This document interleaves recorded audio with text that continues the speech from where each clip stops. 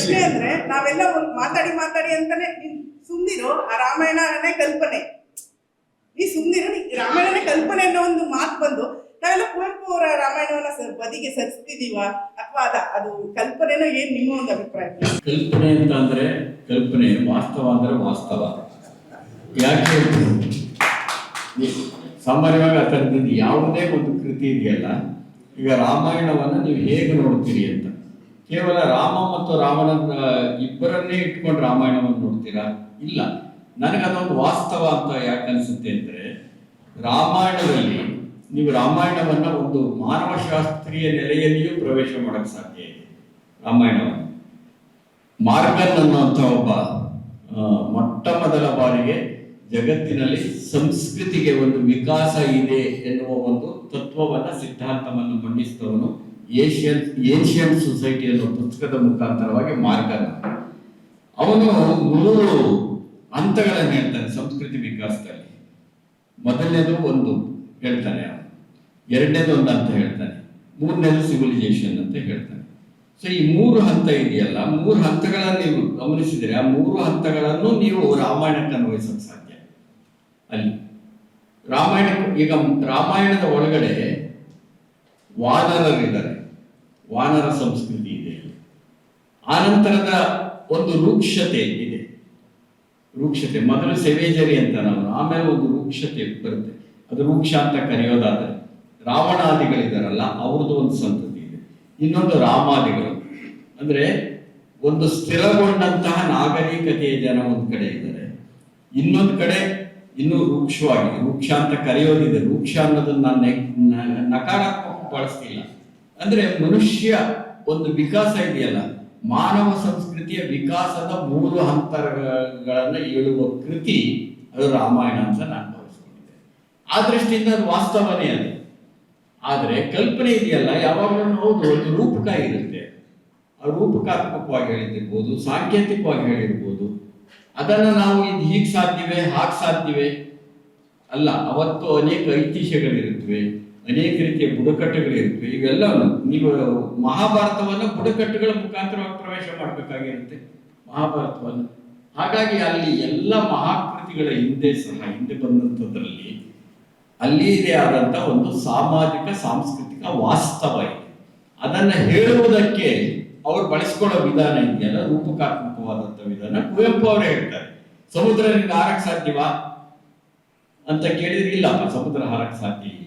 ಆದ್ರೆ ಸಮುದ್ರವನ್ನು ಹಾರಿದ್ದನ್ನು ತೋರಿಸ್ತಾರಲ್ಲ ಇವರು, ಆಂಜನೇಯ, ಅದೊಂದು ರೂಪಕ ಅಂತ ಇಟ್ಕೊಳ್ಳಿ ಅಂತ ಕುವೆಂಪು ಅವರೇ ಅವರ ಲೇಖನಗಳಲ್ಲಿ ಬರೆದಿರೋದು. ಹಾಗಾಗಿ ನನಗೆ ಕೇವಲ ಕಲ್ಪನೆ ಅಂತಲ್ಲ, ಕಲ್ಪಕತೆ ನಿಜ, ಆದರೆ ಅದರೊಳಗಡೆ ಒಂದು ವಾಸ್ತವ ಇದ್ದೇ ಇರುತ್ತೆ. ವಾಸ್ತವ ಇಲ್ಲದೇ ಇದ್ದಿದ್ರೆ ಅದು ಇಷ್ಟು ವರ್ಷ ಜೀವಂತವಾಗಿ ಉಳಿತಿರಲಿಲ್ಲ. ಅದರ ಅಪವ್ಯಾಖ್ಯಾನಗಳು ಬಂದಿವೆ, ಅದು ಬೇರೆ ವಿಷಯ. ನಾನು ಕೆಲವು ಸಾರಿ ಒಂದು ಮಾತು ಹೇಳೋದುಂಟು, ನಮ್ಮ ಮಹಾಕಾವ್ಯಗಳ ಬಗ್ಗೆ ಏನಾಗಿದೆ ಅಂತಂದ್ರೆ 2 ಥರ ವಿಮರ್ಶೆ ಬಂದಿದೆ ಅಂತ. ಒಂದು ಗರ್ಭಗುಡಿ ವಿಮರ್ಶೆ, ಇನ್ನೊಂದು ಗರ್ಭಪಾತ ವಿಮರ್ಶೆ. ಗರ್ಭಗುಡಿ ಇಟ್ಬಿಡ್ತಾರೆ, ನಾವು ಮುಟ್ಟಂಗೆ ಇಲ್ಲ ಅದನ್ನ. ಅಂದ್ರೆ ಇವು ಇಟ್ಬಿಟ್ಟು ಅದನ್ನು ಮುಟ್ಟದೇ ಇರೋ ಮಾಡೋವಂಥದ್ದು. ಆದರೆ ನೀವು ನಿಜವಾಗ ಮುಟ್ಟಬೇಕು ಅಂತ ಅಂದಾಗ ಏನಾಗ್ಬಿಡುತ್ತೆ, ಅದರ ಬಗ್ಗೆ ಇನ್ನಿಂದಂತ ಹೇಳೋದು. ನನಗೆ ಅನೇಕರು ಅವರ ಹೆಸರುಗಳು ಹೇಳಕ್ಕೆ ಇಷ್ಟಪಡೋದಿಲ್ಲ. ಪಾಂಡವರು ಆಧಾರಕ್ಕೆ ಹುಟ್ಟಿದವರು ಅಂತ ಹೇಳಿದ್ದನ್ನು ಕೇಳಿದ್ದೀನಿ. ಸ್ವಾಮಿ, ಪಾಂಡವರ ಹುಟ್ಟು, ಅದ್ರ ಹಿಂದಿರೋ ಯೋಗ ಪದ್ಧತಿ ಇತ್ಯಾದಿಗಳೆಲ್ಲವೂ ಬುಡಕಟ್ಟು ಸಂಸ್ಕೃತಿಗಳಿವೆ. ಈ 25 ವರ್ಷಗಳ ಹಿಂದೆ ತೋಡಾ ಜನಾಂಗದಲ್ಲಿ ಎಲ್ಲ ಸಹೋದರರನ್ನು ಒಬ್ಬಳೇ ಮದುವೆಯಾಗತಕ್ಕಂಥ ಪದ್ಧತಿ 25 ವರ್ಷಗಳಲ್ಲಿತ್ತು. ನಾನು 3 ಸರಿ ಹೋಗಿ ಬಂದಿದ್ದೀನಿ ಅದನ್ನೆಲ್ಲ ನೋಡ್ಕೊಂಡ್ ಬರೋದಕ್ಕೆ. ಅದು ಸರಿ ತಪ್ಪು ಅನ್ನೋದು ಬೇರೆ ವಿಷಯ. ಈಗ ಬದಲಾಯಿತು.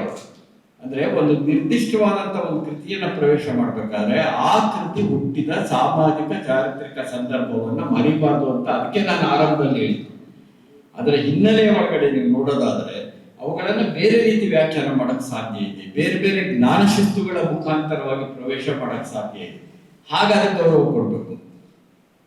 ಏನಾಗ್ತಿದೆ ಅಂತಂದ್ರೆ, ನಮಗೆ ಮಹಾಭಾರತದ ಕೃಷ್ಣ ಬೇಕು, ವ್ಯಾಸ ಬೇಡ. ರಾಮಾಯಣದ ರಾಮ ಬೇಕು, ವಾಲ್ಮೀಕಿ ಬೇಡ. ಈ ಸ್ಥಿತಿ ಬಂದು ಕೂತಿದ್ದೀವಿ. ಈಗಲೂ ಕೂಡ ಉತ್ತರ ಭಾರತದಲ್ಲಿ ಈ ಪಾಂಡವರ ಕಥೆ ಕೂಡ ಇದೆ. ಒಂದು ಮನೆತನಕ್ಕೆ ಗಂಡ 4-5 ಜನ ಇದ್ರು ಹಿರಿಯರಾಗಲು ನೀವು ಮಾತ್ರ ಮದುವೆ ಆ ಥರದ ಕೆಲವು ಬುಡಕಟ್ಟು ಜನಾಂಗಗಳ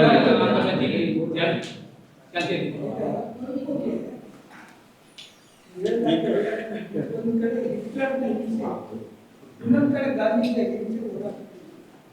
ಇವೆಲ್ಲರೂ ಕರ್ಕೊಂಡು ನೋಡ್ತಾರೆ. ಅವರೆಲ್ಲ ಬರವಣಿಗೆ ಹೇಳ್ತಾರೆ. ನಾವು ಏನು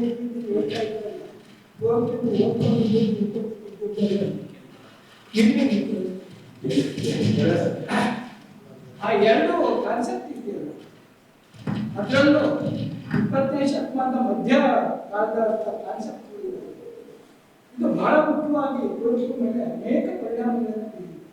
ಒಂದು ಹಿಂಸೆ ಇನ್ನೊಂದು ಅಹಿಂಸೆ, ಒಂದು ಹಿಟ್ಲರ್ ಹೋರಾಟ ಇನ್ನೊಂದು ಗಾಂಧೀಜಿ ಹೋರಾಟ ಎರಡು ಜೊತೆಗೆ ಅವರು ಇವತ್ತಿನ ಈ ರಾಜಕೀಯ ಏನಿದೆ ಅವತ್ತೇ ಚಿಂತನೆ ಮಾಡಿದ್ವಿ. ರಾಜಕೀಯದ ಬಗ್ಗೆ ಅನೇಕ ವಿಚಾರಗಳಲ್ಲಿ ಹೇಳ್ತಾರೆ. ಯುವಕರಿಗೆ ಹೇಳ್ತಾರೆ, ವಯಸ್ಸಾದವ್ರಿಗೆ ಯುವಕರಿಗೆ ಹೇಳ್ತಾರೆ. 20ನೇ ಶತಮಾನ 1904 94 ಇಡೀ ಶತಮಾನ ಇದೆ. 20ನೇ ಶತಮಾನ ಅವರೊಂದು ದೊಡ್ಡ ಭೌತಿಕ ಶಕ್ತಿ ಕುವೆಂಪು ಅವರು 20ನೇ ಶತಮಾನ. ಹಾಗಾಗಿ ಅವರ ವಿಚಾರ ಕ್ರಾಂತಿ ಅನ್ನೋದು ಇವತ್ತಿಗೂ ಮುಂದಕ್ಕೂ ಬಹಳ ಪ್ರಸ್ತುತ ಅಂತ ಎಲ್ಲರಿಗೂ ನಮಸ್ಕಾರ. ನನ್ನ ಹೆಸರು ಡಾಕ್ಟರ್ ಮುನಿಯಪ್ಪ ಅಂತ ಕೆಲಸ ಮಾಡ್ತಿದ್ದೀನಿ. ಸರ್, ಕುವೆಂಪು ಅವರ ಆಧ್ಯಾತ್ಮಿಕತೆ ನಿಸರ್ಗದಲ್ಲಿ ಆಧ್ಯಾತ್ಮಿಕತೆಯನ್ನು ನೋಡ್ತಾರೆ. ಸ್ವಾಮಿ ವಿವೇಕಾನಂದರು ಬಂದಾಗ ಅವರ ಆಧ್ಯಾತ್ಮಿಕತೆ ಒಂದು ಪ್ರತ್ಯೇಕವಾಗಿದೆ ಅಂತ ನನ್ನ ಭಾವನೆ. ಅದರಿಂದ ಎರಡು ಕುವೆಂಪು ಅವರು ನೋಡುವಂಥ ಒಂದು ಆಧ್ಯಾತ್ಮಿಕತೆ, ನಿಸರ್ಗದಲ್ಲಿ ನೋಡುವಂಥ ಆಧ್ಯಾತ್ಮಿಕತೆ, ಸ್ವಾಮಿ ವಿವೇಕಾನಂದರ ಅವರು ನೋಡುವಂಥ ಒಂದು ಆಧ್ಯಾತ್ಮಿಕತೆ ಎರಡು ಭಿನ್ನವಾಗಿದೆ ಅಂತೇಳಿ ನನಗನ್ಸುತ್ತೆ. ತಾವು ನಾನು ಅವರ ಆಧ್ಯಾತ್ಮಿಕತೆ ಇದೆಯಲ್ಲ, ಅದು ಸಾಮಾಜಿಕ ಆಯಾಮ ಇರುವ ಆಧ್ಯಾತ್ಮಿಕತೆ ಅಂತ ಹೇಳಿದೆ. ಕೇವಲ ಈ ಸ್ಥಾಪಿತ ಧರ್ಮ ಇದೆಯಲ್ಲ ಅಥವಾ ಸಾಂಸ್ಥಿಕ ಧರ್ಮಕ್ಕೂ ಅವರ ಆಧ್ಯಾತ್ಮಿಕತೆಗೂ ಸಂಬಂಧವೇ ಇಲ್ಲ. ಕುವೆಂಪು ಅವರ ವಿಚಾರಧಾರೆಯಿಂದ ಅವರು ಪ್ರಭಾವಿತರಾಗುತ್ತಾರೆ. ಕುವೆಂಪು ಅವರು ಆಮೇಲೆ ವಿವೇಕಾನಂದರನ್ನು ಸಹ ನಾವು ನಮಗೆ ಬೇಕಾದ್ರೆ ಮಾತ್ರ ಸೆಲೆಕ್ಟ್ ಮಾಡ್ಕೊತಿರ್ತೀವಿ, ಆಯ್ಕೆ ಮಾಡ್ಕೊತಿರ್ತೀವಿ. ವಿವೇಕಾನಂದರಷ್ಟು ಹಿಂದೂ ಧರ್ಮದ ಒಳವಿಮರ್ಶಕರಾದವರು ಇನ್ನೊಬ್ರು ಇಲ್ಲ. ಅಷ್ಟರ ಮಟ್ಟಿಗೆ ಜಾತಿ ಪದ್ಧತಿಯನ್ನು ವಿರೋಧಿಸ್ತಾರೆ, ವರ್ಣಾಶ್ರಮವನ್ನು ವಿರೋಧಿಸ್ತಾರೆ. ಅವರು ಬಹಳ ಸ್ಪಷ್ಟವಾಗಿ ಹಿಂದೂ ಧರ್ಮವನ್ನು ನಂಬಿ ಹಿಂದೂ ಧರ್ಮಕ್ಕೆ ನಿಷ್ಠರಾಗಿದ್ದೂ ಸಹ ಹಿಂದೂ ಧರ್ಮದಲ್ಲಿರುವ ಕೆಡುಕುಗಳನ್ನ ನೇರವಾಗಿ ದಿಟ್ಟವಾಗಿ ಹೇಳುವಂಥವರು ವಿವೇಕಾನಂದರಾಗಿದ್ದರು. ವಿವೇಕಾನಂದರ ಹೇಳ್ತಿರುವಂಥ ಧರ್ಮ ಇದೆಯಲ್ಲ, ಆ ಧರ್ಮ ನಮ್ಗೆಲ್ರಿಗೂ ಬೇಕಾಗುತ್ತೆ. ಧರ್ಮ ನಂಬೋದೇ ನಿಜ ಹೇಳೋದು ಆ ವಿಚಾರ ಇದರಲ್ಲಿದೆ. ಯಾಕೆಂದ್ರೆ ಇವರು ಆಧ್ಯಾತ್ಮಿಕತೆಯನ್ನು ನಂಬ್ತಾರೆ, ಜಾತಿವಾದ ವಿರೋಧಿಸ್ತಾರೆ, ಸ್ಥಾಪಿತ ಧರ್ಮವನ್ನು ವಿರೋಧಿಸ್ತಾರೆ. ಹಾಗಾಗಿ ಎರಡಕ್ಕೂ ಸಂಬಂಧ ಇದೆ ಅಂತ ಅಂದ್ಕೊಂಡಿದ್ದೀನಿ ನಾನು.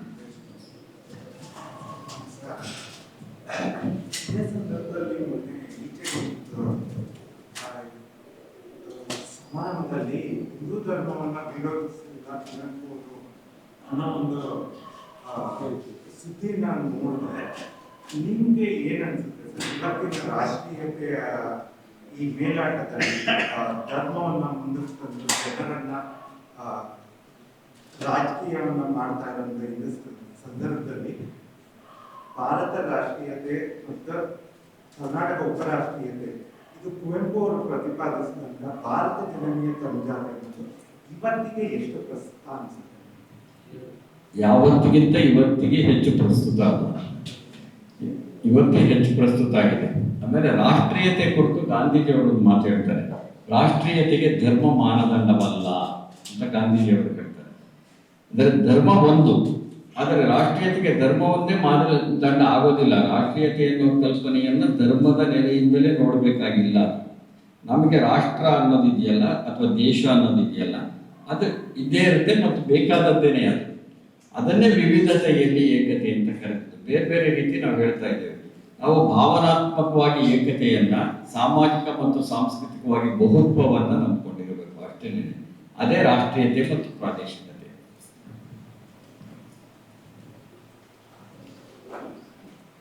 ನಾವು ಮಾತಾಡುವಾಗ ಕುವೆಂಪು ಅವರು ಅವರ ಸಮಕಾಲ, ಅವರ ಕಾಲದಲ್ಲಿ ಇರುವಾಗ ಏನೇನು ಸಮಸ್ಯೆಗಳಿತ್ತು, ಅದಕ್ಕೆ ಪರಿಹಾರ ಕೂಡ ಅವ್ರು ಹೇಳಿದ್ರು ಅಂತ ಹೇಳಿದ್ರು.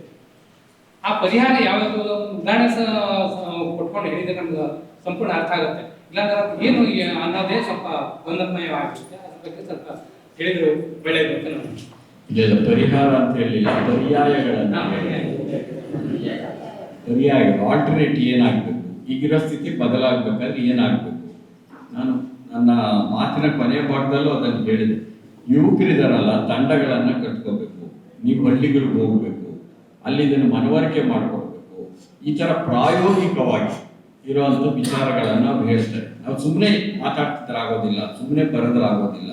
ಇವತ್ತಿನ ಯುವಕರಿದಾರಲ್ಲ, ಅದನ್ನೇ ಅವರು ನಿರಂಕುಶ ಬುದ್ಧಿಗಳಾಗಿ ಅನ್ನೋದು, ವಿಚಾರವಂತರಾಗಿ ಅನ್ನೋದು, ಮತಭ್ರಾಂತಿಯಿಂದ ಹೊರಗಡೆ ಬರಬೇಕು ಅನ್ನೋದು, ಮೌಢ್ಯದಿಂದ ಹೊರಗಡೆ ಬರಬೇಕು. ಈ ಎಲ್ಲ ವಿಚಾರಗಳನ್ನ ಜನಕ್ಕೆ ಮುಟ್ಟಿಸ್ಬೇಕು, ನೀವು ತಟ್ಟವಾಗಬೇಕು. ಕೆಲವು ಸಾರಿ ಏಕದಮ್ಮ ಅವ್ರು ನಂಬೋದಿಲ್ಲ, ಅವರು ನೀವು ಹೇಳಿದ್ದನ್ನೆಲ್ಲ ನಂಬೋದಿಲ್ಲ.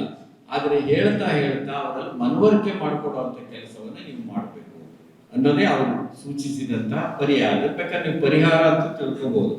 ಅಂದ್ರೆ ನಾವು ಜನಗಳ ಹತ್ರ ಹೋಗದೆ ಅವರಿಗೆ ಮನವರಿಕೆ ಮಾಡಿಕೊಡದೆ ಯಾವ ಬದಲಾವಣೆಯೂ ಆಗಲ್ಲ. ಹಾಗಾಗಿ ಅವರ ವಿಚಾರಗಳನ್ನೇ ಬದಲಾಯಿಸ್ಬೇಕು ನಾವು ಅನ್ನೋದೇ ಅವರು ಕೊಟ್ಟ ಪರ್ಯಾಯ.